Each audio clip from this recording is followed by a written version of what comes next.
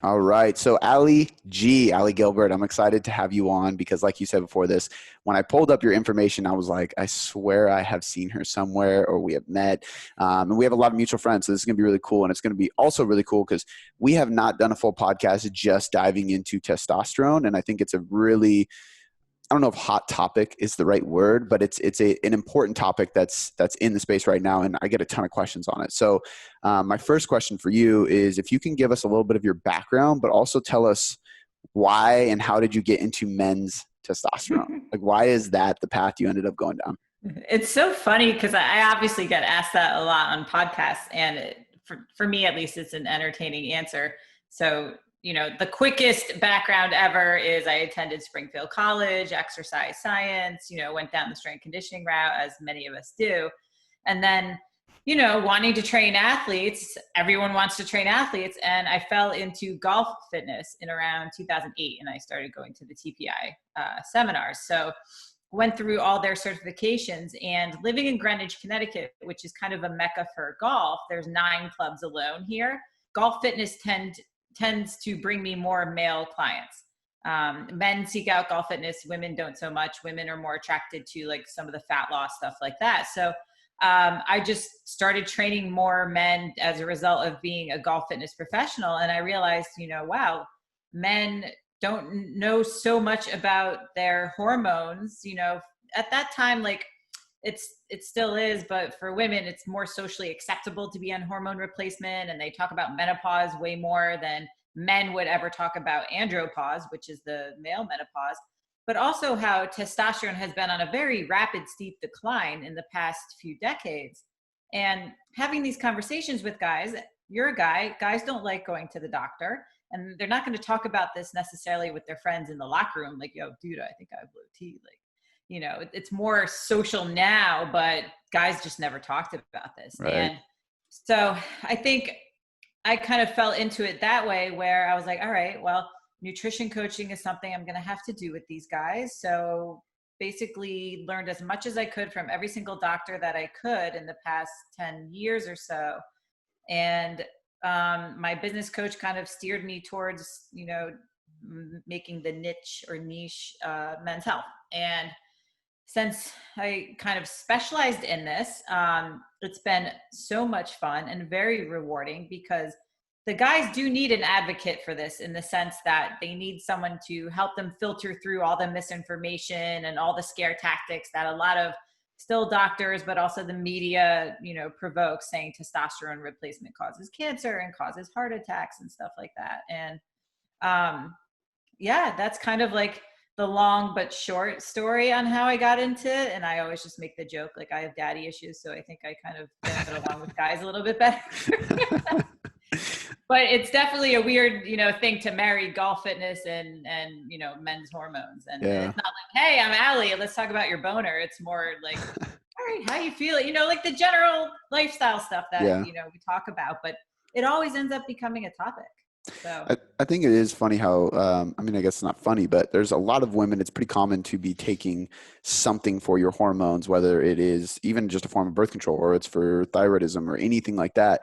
But as soon as men consider or talk to somebody about TRT, I think they have this thought that it's like a steroid because yeah. of what bodybuilding does. And I love bodybuilding, and I have plenty of friends who are on actual steroids, and it's a completely different thing. And that's a personal choice. But do you find that that's a common issue, that guys kind of have this filter on, that they think it's this like dangerous black market steroid Oh yeah. versus it's just a help for your testosterone? Yeah, I love the bodybuilding world. Like I'm a self-proclaimed meathead, major meathead. And like I have a lot of friends also who are on real steroids. And I tell my clients that are afraid of that, I go, listen, I have so many guys who are on TRT, you would never even know. Mm-hmm. It's similar to the women's fear of lifting weights and then exploding into muscles.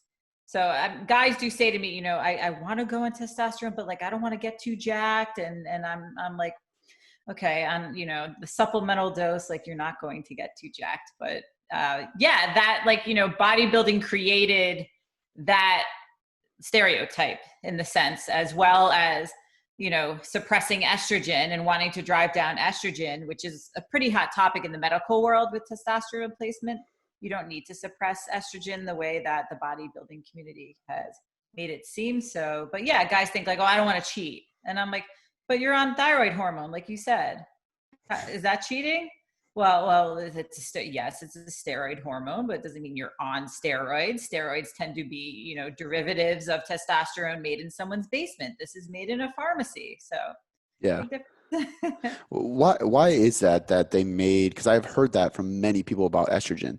Why was it that the bodybuilding community, especially in the 80s, 90s, whatever, made estrogen seem like a bad thing? Was it just because that was like the female dominant sex hormone, or what? Yeah, well, that's one of the reasons. So, just like women need testosterone, which we can talk about, men need estrogen. And, if the max TRT dose for testosterone is 400 milligrams a week that a doctor can prescribe, as you know, bodybuilders are 2, 3, 4 times that dosage. They're like a gram a week. So if you're going to raise your testosterone, your estrogen is going to go up as well. And handling estrogen levels at that level is a whole different ball game than your estrogen coming up when you're on testosterone. You want it to come up. You don't want to drive it down, because a lot of the reasons why there's a lot of deaths when you're on a lot of these chemicals and stuff at the super physiological level is because estrogen's so low. It's cardioprotective. It's natural for it to aromatize, which means convert into estrogen. It also allows guys to maintain a certain level of body fat around their stomach and increase libido. So men will find if they've driven their estrogen too low, it actually causes them to be not impotent, but they have like some erectile issues because of that. They've become very lethargic. Their mood swings are all over the place, when that used to be the thought that was really high estrogen. So just like in the fitness industry, we have all antiquated methods of like, oh, crunches for abs. Well, one injection per 12 days is a very antiquated protocol for testosterone replacement. We've now learned, and I say we like I'm a doctor. I'm not a doctor, everyone, just so you know. But, we've now learned that the more frequent you inject, if you're on injections, then the more it aligns with the stable release pattern of the body. So that's where, that whole scenario comes into play, where people hear, oh, 1 injection a week. I've heard one a month, twice a month. But the more often you do it, you can do it every day if you want. The more it'll be similar to what your body does endogenously. I think the word super physiological is a good word to throw out there. And I try to do that quite a bit too. And I use that exact word because I think when people think testosterone, again, they think steroids, they think Phil Heath and Mr. Olympia. And like the amount of chemicals, not even just testosterone, that is going in to create that Hulk is, and it's fascinating. I went to Mr. Olympia. It's fascinating. It's cool. But like you said before, like guys worrying about getting too jacked, it's like, unfortunately, that's not going to happen. I don't think you have to worry about that. It'll help, but. Yeah. And I mean, I always say that, when I have a client or when I have a consultation, I ask them, they say, I want to get ripped. Okay. For me, if I told somebody I want to get ripped, I love Dana Lynn Bailey. I would love to look like Dana Lynn Bailey. I have never heard any woman tell me they want to look like her, because that's not the normal look that people, highly covet. So I tell guys and women, I say, send me a photo of somebody that you would like to aspire to look like. And that gives me an idea of like, what are we talking about here commitment wise? Because obviously, hormones are only one part of the puzzle. There's the whole diet, there's the training, then there's the commitment level to how strict they have to be. So when someone says too jacked or too ripped, it's usually really, they want maybe a 4-pack. They don't want to have a 6-pack because that's too much commitment, So it means something completely different to clients and to the general population than it does to us. Fitness professionals, we tend to freak out if we don't have veins on our abs, or if all of a sudden we're, retaining water, and we understand that that's abnormal, but we own that mostly. So, So it's understanding what they mean by saying too jacked, because obviously, as you know, somebody can be extremely lean and actually 10 pounds lighter than they would look when they're in off season, yet they're smaller, but they look bigger because they're leaner, So it's When I did my bodybuilding show, I remember having pictures of people like, damn, you got jacked. I was like, no, dude, that was the smallest I've ever been in my life. I was Yeah. very, very lean. You could just see everything.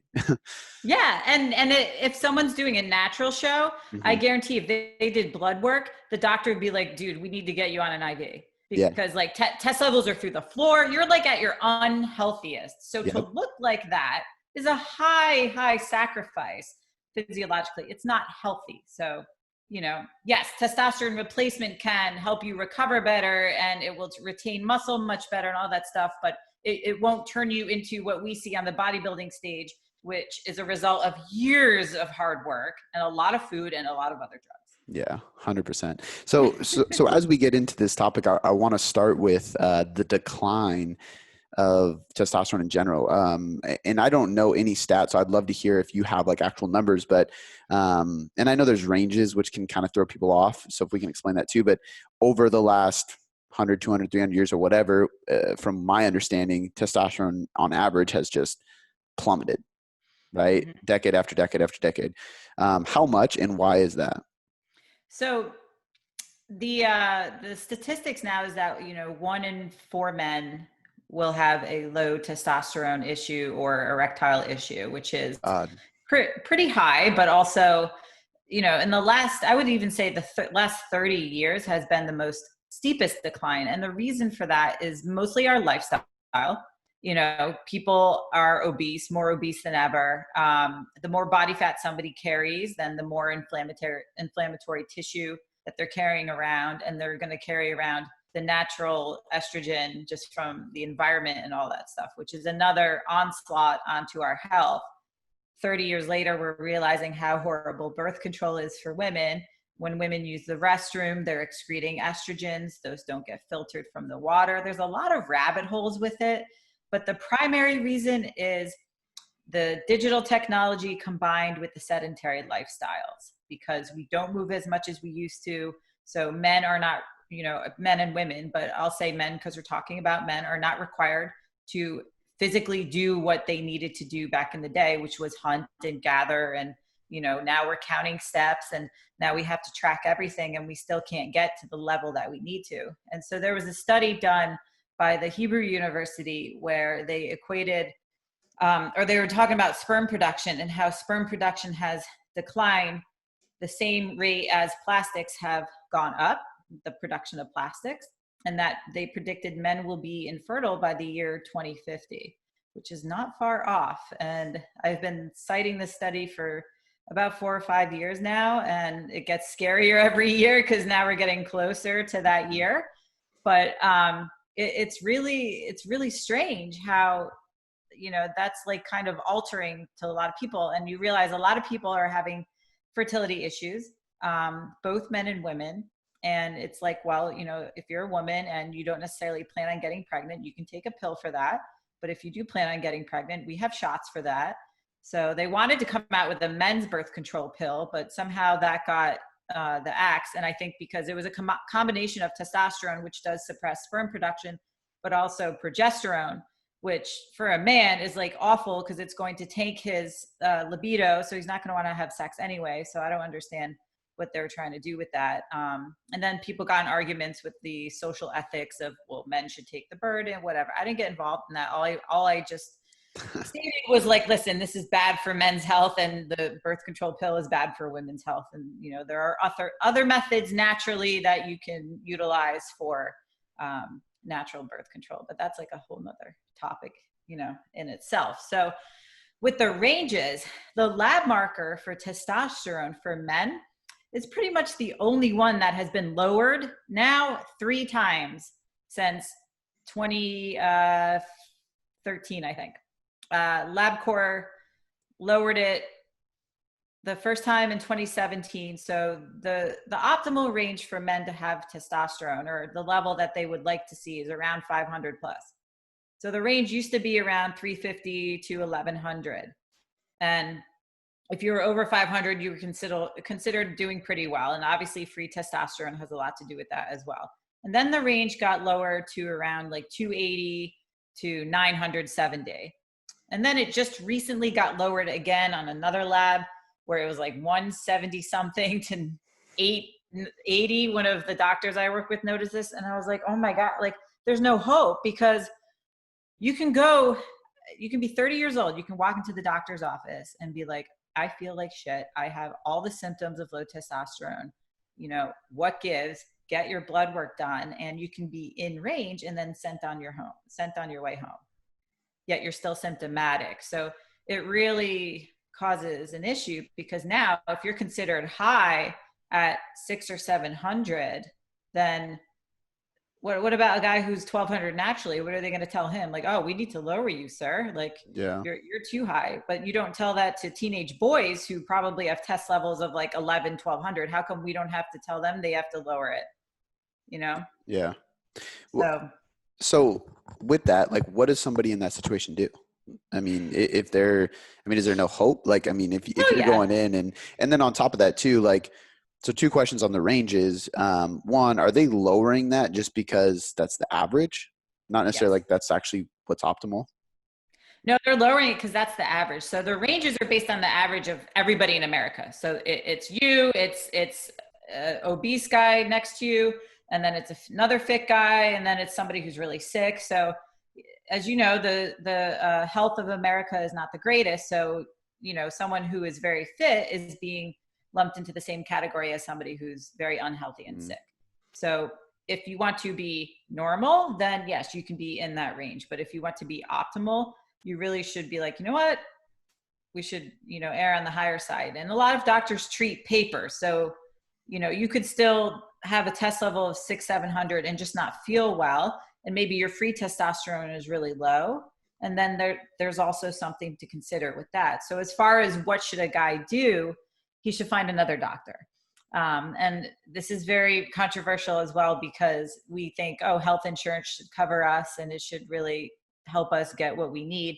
Health insurance is for sick care. So hormone optimization is not under the sick care model of health insurance. So it often doesn't get covered to go see a specialist, but you want to see a hormone specialist, somebody whose practice is primarily people who have, you know, hypogonadal issues, which are low hormones for both men and women. And then somebody who understands how to properly dose and the type of testosterone you may need and the delivery method and why it might be low. So there could be a plethora of reasons, but just looking at a piece of paper and saying, oh, you're okay, is not okay in my book. And I've had men tell me, well, my doctor said I'm too young, I look too fit, I look fit enough, like all these crazy things for them not to get their hormones tested. And I'm just like, no, run, go find somebody else who understands it. So it's not necessarily what they want to hear, but if you have a relationship with your general practitioner, keep him or her for your general practitioner needs. Like you got sick or you need a Z-Pack or whatever, but don't use them for hormone optimization, which is such a crucial part of the rest of your life. How do you determine if it is testosterone, it's not something else? So like, let's say somebody's in the quote unquote average. So their doctor's like, no, you're fine. How do you determine like, yep, that is like what, I mean, I know there's symptoms, but do some of those symptoms carry on to other things too? Like it could be this, but we're going to lean on testosterone, or is it pretty clear? Like, nope, that's what you have. So one thing to consider is what has gone on in your life. Now, obviously with the pandemic, that has caused a hell of a lot of stress on a lot of people. It has my clients who are on testosterone rethinking their protocol, wanting to tweak it just because they get stressed out. And I'm like, no, just leave it alone. It was working fine before all this. And then it has guys who are really understanding that, wow, stress plays such a big role in what I'm experiencing, that maybe it could be a hormonal issue, or it's just my lifestyle. Because if they're not traveling anymore, or, you know, they're spending more time at home, they can sleep more, all this stuff. So if you have symptoms of low T, which are, you know, you're lethargic, you just don't have that drive or that mentality to really want to win anymore, because it's like the winning hormone for men. Energy is just through the floor. They have trouble maintaining muscle or putting on more muscle when everything's being done right nutritionally. Libido can be part of it as well, though there are other factors to erectile issues and or libido. And basically they're all of a sudden getting, you know, body fat in places they never saw before. That is probably a testosterone thing. But why is that? and like I said, consider what happened. So if a guy just had a baby recently, within a year, you're going to have lower than normal testosterone levels from lack of sleep, but also, and it's like an evolutionary thing, like they can't procreate with the cave next door. So, that's something just to consider. Have you gone through any other traumatic event aside from a pandemic? Like, have you opened a business? Have you changed jobs? Have you had a really rough time at work? Are you not sleeping a lot? So those are also things that can affect what your testosterone levels are. If you address those, if you address the lifestyle stuff, such as sleep, which is so important, getting your nutrition dialed in, training enough, but not too much, not too little, all those things. If then you're doing everything right and you're still having those symptoms, then it would be a good time to go get some labs done and just see what's going on. You started diving into what my next question was with natural solutions. But before I get to that, an argument I've heard, which I don't really agree with, especially because, you said 3 times that the average has dropped in the last just few years, which is insane. But the argument being, well, we don't need as much testosterone as we did back then. We were hunting, we were, foraging, we were doing all these things all day, every day. Like of course it dropped and we don't need it to, right? And to me, it's one thing to say we dropped because we don't need that much, but to have like serious symptoms on like a mass scale, I think is a completely different thing. I think that, the appropriate answer to that is it depends. And I'm not just going to say that and say it depends. I will back it up. So it is very individual. So when someone says like, we don't need as much as we needed before, who's we and for who? It's like saying, what's the best diet? What's the best exercise for who? Like, who are we dealing with? So same with testosterone levels, because there are guys who have like test levels of 300-400 and their free testosterone's on the lower range and they feel amazing. And there are guys who, if they go on TRT and they're at 3,000, they don't feel so hot, but they feel better when they're at 1,200. So it's so individual because yes, we all have, the same human physiology, but the way we respond to it and metabolize stuff is way different than, one of our friends. So I don't know if I would support that argument either, because it is, very N=1, so to speak.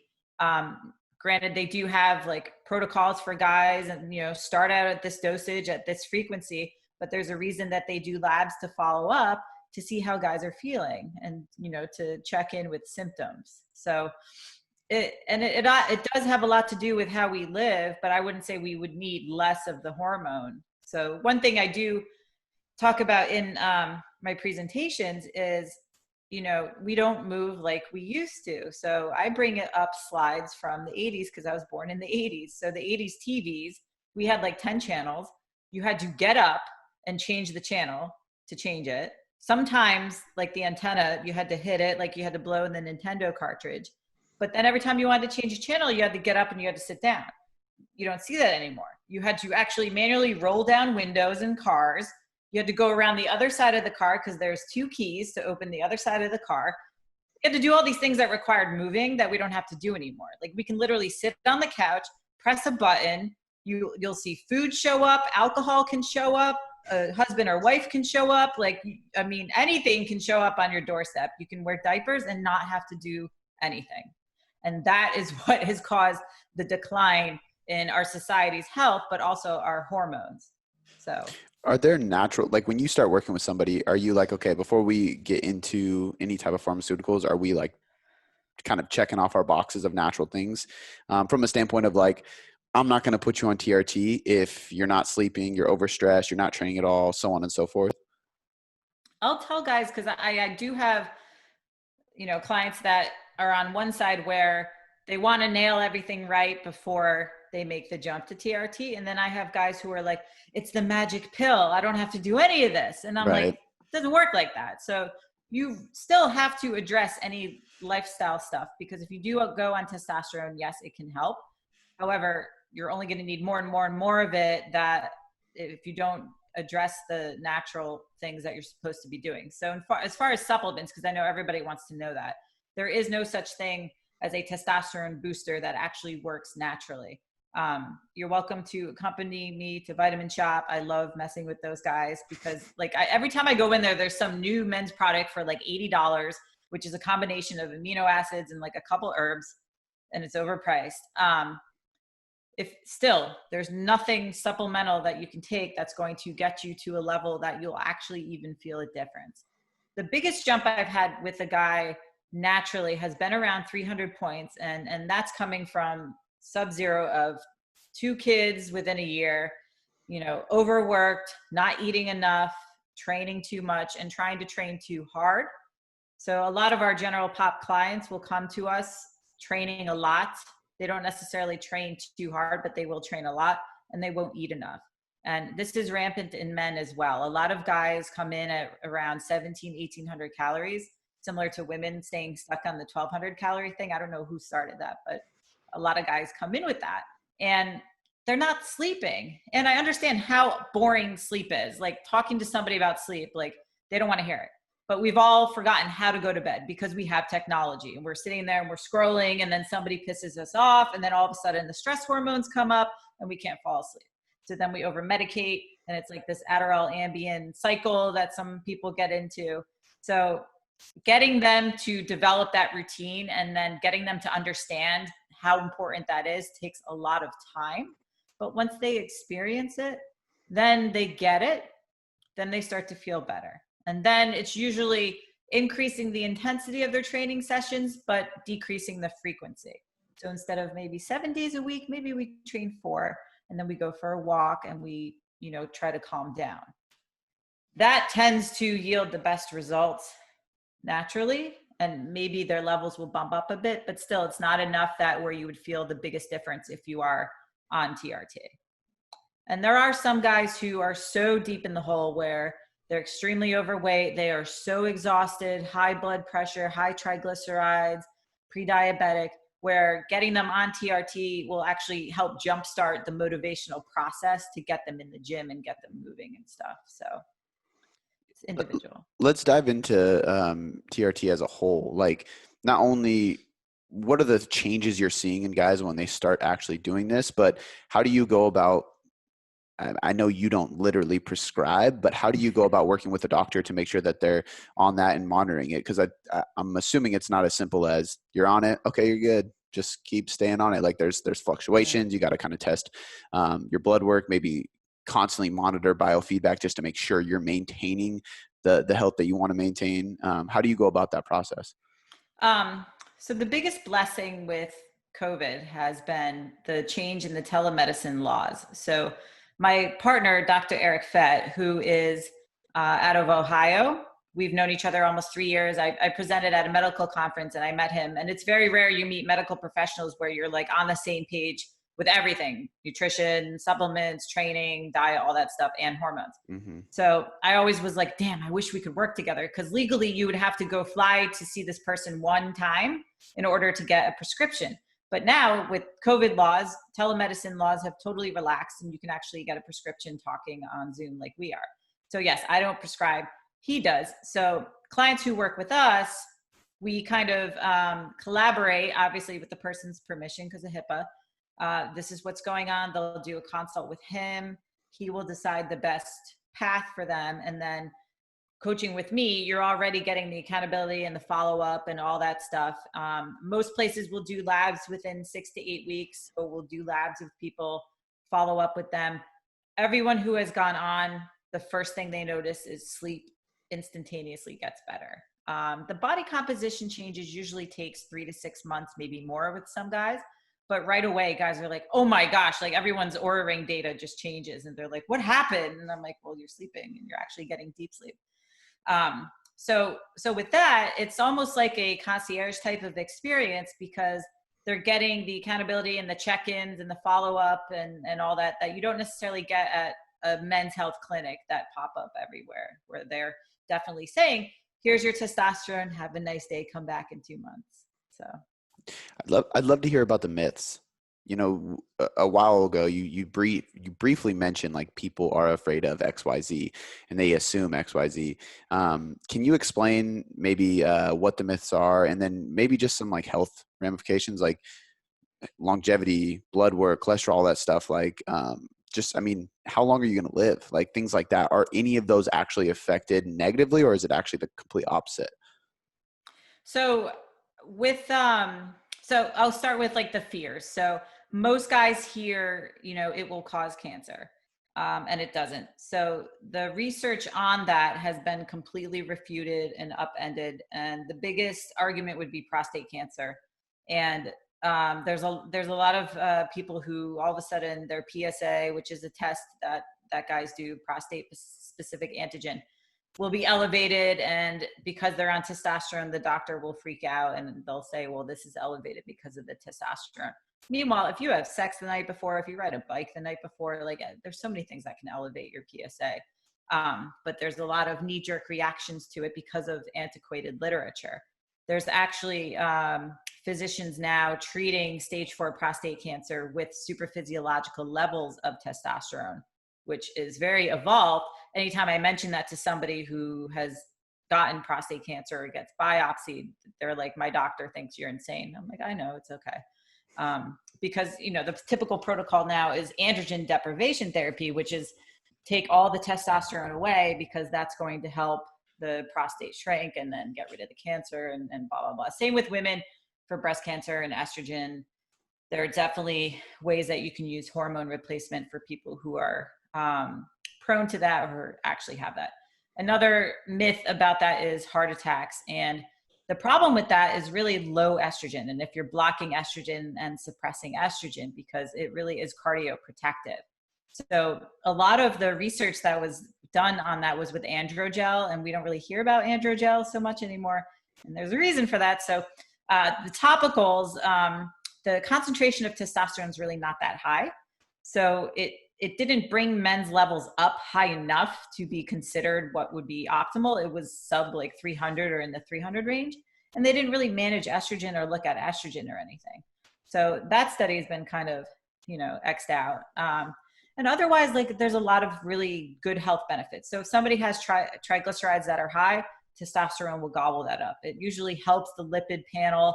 It can suppress HDL cholesterol a little bit, but again, that's something that gets monitored and it's not really that crazy.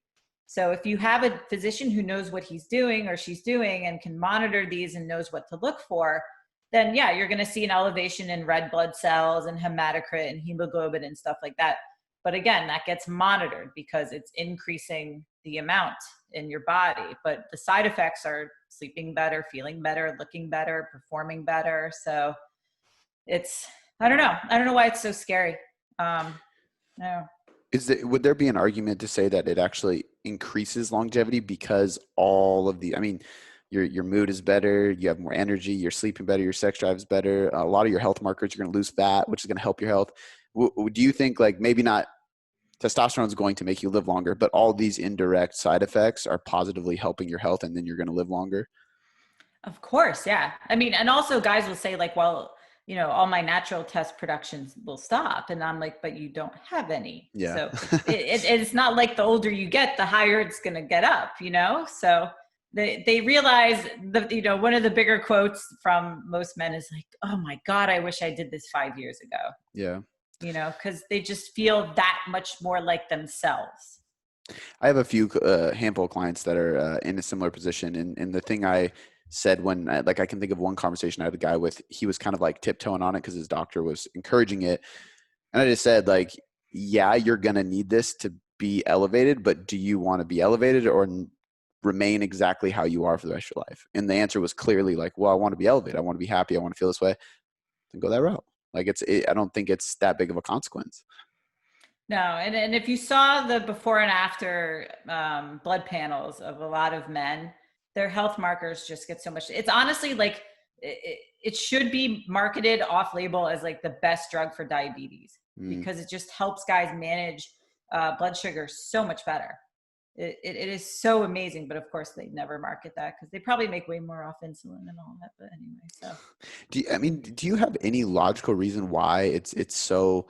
That it's not more common, like that doctors aren't prescribing it more, and that they're worried about prescribing it or not recommending it. Is it just a matter because of they're scared? I think they're not updated with literature, or yeah, it's very much and it's like a fitness professional, like for me. Somebody who specializes, say I only did golf fitness. I didn't, go into the men's health. and then somebody wanted like, some other random sport that I have absolutely no experience in. Granted, we're all supposed to know how to train an athlete. Maybe it's a bad example, but it's like going to a cardiologist for plastic surgery, right? So if you're going to a general practitioner, yes, you're going to get probably an answer that's not what you're looking for or not the right information, because they are bound by the medical system, especially if they're taking insurance. Then the number of patients they have to see per day and the guidelines and the rules that they have to follow, they can get penalized for overprescribing, this type of drug. So it is something that is scary to them, because they have to, within the guidelines of the Endocrinology Society, bring somebody up to level 300. Like if you're below 300, that's considered hypogonadism. Otherwise, if you're above that, then they think that you're fine and it's no problem and whatsoever. So it's usually finding somebody who understands that this is what their practice is primarily doing, and then that's what they just specialize in. And then everything else gets handled. So that somebody who sees a doctor who does this all day, every day, and looks like they do, because often you'll see some doctors that are like, don't go on testosterone, and they're extremely overweight. But drives me crazy. I mean, I can go on and on about some of the stuff that I hear. It just makes no sense. But it's to the point where people are asking me every single day, like, do you have a doctor in this state that I live? And I'm like, no. And now it's like, everyone I work with, please work with my partner, because then at least it's somebody that I trust, that I know you're going to get the right type of communication from. So versus, battling. And then what are they going to say to their doctor? Like, yeah, my trainer, because what are my credentials? I'm not a physician. Yeah. What do I know? Yeah, I mean, and it's funny actually, because I'm not on TRT, but I'm always checking in on everything, just because this is what I do. But with COVID, it was kind of like a perfect scenario where my doctor lives in Montana. I live in Seattle, but it was one of those things where I was like, I need somebody who understands where I'm at. He worked with somebody that I'm really close with that is on TRT, and he reviews my labs for me and kind of gives me his recommendations. Because for a lot of people, it's gibberish looking at a LabCorp printout, even for somebody like me who has read tons of them, it's still difficult, because it's like reading an actual study. Like if people try to read a study, it's really hard, because there's a lot of like science jargon that it's hard to understand. But one thing I really did want to bring up, as we talked about before we started recording, was women's testosterone. What do they need to be looking out for? Should they be looking out for anything? And why is it important to monitor? So full disclosure, which I've said on my Instagram, I'm on testosterone cream. So even somebody that, lives the lifestyle that we do can end up with low T. And it actually was kind of funny for me, because now I'm like, now I can fully join all my clients and be like, I'm with you guys. I fully understand. Because I think like for women, the high end of total T is like in the 40s, and mine was 12. So it's pretty damn low. And then free T, most women feel good around like 5, 6, and mine was like 1.2. I mean, it was horrendous. And I was just like, this is crazy. After being, in a situation where I'm able to sleep a little bit longer, I'm not traveling at all, like stress was not so high, yet still I can't get my testosterone levels up. So, for women, usually that comes with a decrease in libido and ability to maintain muscle and energy levels. For me, it was wanting to get more jacked, which you never hear from women usually, but wanting to be able to build more muscle. And I was just dying. Like, my recovery was not great, and I just could not build muscle. And this is going on probably 2 years trying to go at this. So it wasn't like I gave it a month and I'm like, screw this. So, my sex drive is pretty high as it is, but I wasn't like crazy every day how I used to be. So I'm like, okay, maybe this is like, I'm 38. I don't know. Maybe it's getting a little bit older. But I had, my labs done, which I usually get every 3 months at, minimum. And I was shocked that it was so low. I was like, damn, why did this plummet? So I'm on 5 milligrams a day. Creams for women are a very effective delivery system. So I laugh and I call it my scrotal cream, because it's scrotal cream for men is also a very effective delivery system. And you put it under your arm or on the inside of your thigh, and it's 5 milligrams a day. And, so far I feel pretty good, but for women, it takes much longer than it does for men to see or feel anything. So I'm 4 weeks in. The only difference that I felt personally was I did not get acne the week before I got my period, which was crazy because I used to get a ton of acne, and usually acne is caused by testosterone. So that was interesting. But you know, women have the same issue with guys when it comes to certain medical professionals. I've had women who are going through menopause who have been told you don't need a hormone panel because there's nothing you can do about it because all hormone replacement causes cancer. And she was like, what?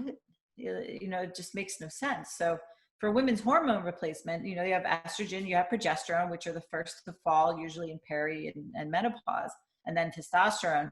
And you really have to be on estrogen and progesterone together, not just estrogen. And then some women do need testosterone, some women wouldn't. So, but it is safe and it is effective. And yes, it is something that women need just as men need estrogen. It's just very misinformed from the media and stuff. Is there ever a point where you want men taking estrogen? There could be, yeah. There are guys that supplement with estrogen because they don't produce enough either. So if a guy's not producing enough testosterone, he's not going to be producing a lot of estrogen either. So yeah, that could definitely be something. Got it. I think there was a But lot most of guys are weird about that.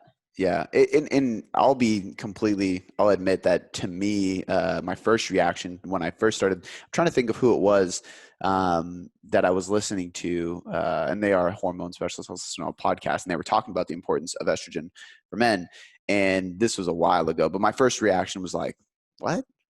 No way!" Because like I came from the bodybuilding space of like, estrogen is bad, testosterone is good for men. So I think it's important that we cover kind of everything. And I think we did touch on quite a bit today, but I want to like cap it, like kind of conclude it with, I guess like Ali G's list for their hormones. Like if somebody's listening to this, like what should they be focusing on? If you could give them a checklist of like, do these things and monitor these things so that you can feel the way you should feel. So take inventory of your life as to what your situation is and what your stress level is like. And we can talk about stress all day. I'm not saying, you know, make it go away. Nobody can make it go away, but consider the stressors you can control. So if your kids are screaming and crying, you can't sell them. Obviously, you have to change the way you react to stressors like that. But if you have, you know, technology like your TV's breaking or something, that is something that you can change. So consider what are the stressors in your life that you can actually control. And then the ones that you can't, you have to change the way that you react to them, because otherwise it's going to be a constant source of a negative feedback in your body. That would be number one in my mind, because that's always going to be a feedback loop that your brain is going to sense no matter what. Sleep would be number two. Please don't be afraid of it. Please learn how to go to bed. Please don't use technology an hour or so before bed. I personally started reading again before bed, and it just knocks me out. And I'm on my fourth book of something not fitness related. Find hobbies that have nothing to do with your job, because then your voices in your head regarding everything you have to do the next day can shut off, hopefully. And then that also will send you into a very calming manner to go to sleep. Mm-hmm. And then make sure you're picking some stuff up, some heavy things, and then make sure you're getting in at least 8,000 to 10,000 steps a day. That's one thing that I've really focused on with people during the quarantine. I would never really assign steps, because then people would stress out if they didn't get them. But a lot of people didn't realize how little steps they were taking and movement they were getting while being on Zoom calls all day. So that would be something also to assess, you know, and then nutrition obviously goes along with that. Yeah, that's actually what I was going to jump in and ask. Like, are there specific things that you're looking for in somebody's diet that would be adding to the suppression of testosterone? I know you mentioned plastic bottles right after I took a drink of my water bottle. I was like, oh shit, keep that away. But, oh my gosh, it's so funny because I've talked about like the receipts that you get at CVS, you know, that are 14 feet long and stuff. So granted, everyone wears gloves now, but if you touch the receipt, the BPA from the hot wetness on the receipt gets onto your hand. So BPA is what, you know, they BPA free plastic and stuff like that. And people are like, you are insane. I'm like, no, just Google BPA and receipts. It's like all over. And like I said, there's so many rabbit holes. But if you're going to pick one, I would definitely switch to glass over plastic or stainless steel. Stuff even like the that. Ones that say BPA free on them, is that yes. legit? because then they can replace it with like BPH or Okay. BPC, but they won't tell you. So I'm good. I'm safe with this one. I usually use like a Nalgene bottle, like a big metal tin, like water bottle that I refill. But you caught me on a bad day. But it's all good. It's doesn't have that stuff in it. So, but with nutrition, is there like, I know a lot of people immediately jump on fats. They're like, oh, you got to get enough fats in your diet. You got to get the right fats in your diet.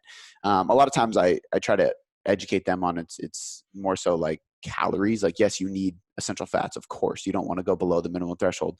But I think a lot of people assume they can be in a calorie deficit to lose weight. As long as they're getting fats in their diet, they're good. It's like, no, if you're in a deficit, that's going to be promoting under recovery, right? So do you have any things that you kind of look out for and or recommend with nutrition specifically? So if you guys, and I'm talking to who's listening, if you've been in a calorie deficit or you think you've been in a calorie deficit for a very long time, meaning, you don't work with a coach and you've been trying to lose weight for a year or so, you're definitely not in what you would think a calorie deficit is, or you actually may not be eating enough of the right things. Usually people are not eating enough protein. That's what I see a lot.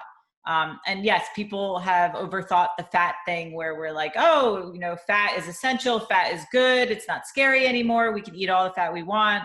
We can dip our bread in coconut oil. It's okay. Let's not go there. So let's look at having a balance, not demonize any one macro, because if you go too low in anything, it's going to drain your body of any type of hormones, because your body does not care about your abs. It cares about keeping you alive. So if you go too low in fat, yes, you're going to see a drop in your hormones. But if you also go too high, you can see issues with your hormones. So I wouldn't fear carbs, as long as you set your protein intake to, general rules like a gram per pound of body weight or lean body mass. And then it doesn't really matter what you use as far as carbs or fats for general fat loss. But really, really taking a look in the mirror and tracking your food can be a real wake-up call. Many people don't realize what they're eating until they actually write it down. And I nail people on that with food logs, because I'm like, you were picking at your kid's food, you posted it on Instagram, but I didn't see it in the Chronometer app. So what's going on? So every little lick and bite and everything, that all adds up. Yeah. So I think that rule of tracking to build awareness kind of applies across the board with everything we're talking about too. We're talking about symptoms and biofeedback to watch out for, to let you know if your hormones are in a bad position, but you need to track those to become aware of it. I always think it's funny when I'm talking to people about training and I'm like, well, are you getting stronger right now? I don't know. What do you do in the gym? I don't know. I mean, just doing stuff. And it's like, you're not recording anything. You don't have like a logbook where you're making sure you're progressing, because that's how we know if it's working, right? And I think that kind of goes across everything we've talked about today. Is like, you have to start with tracking and auditing and becoming aware.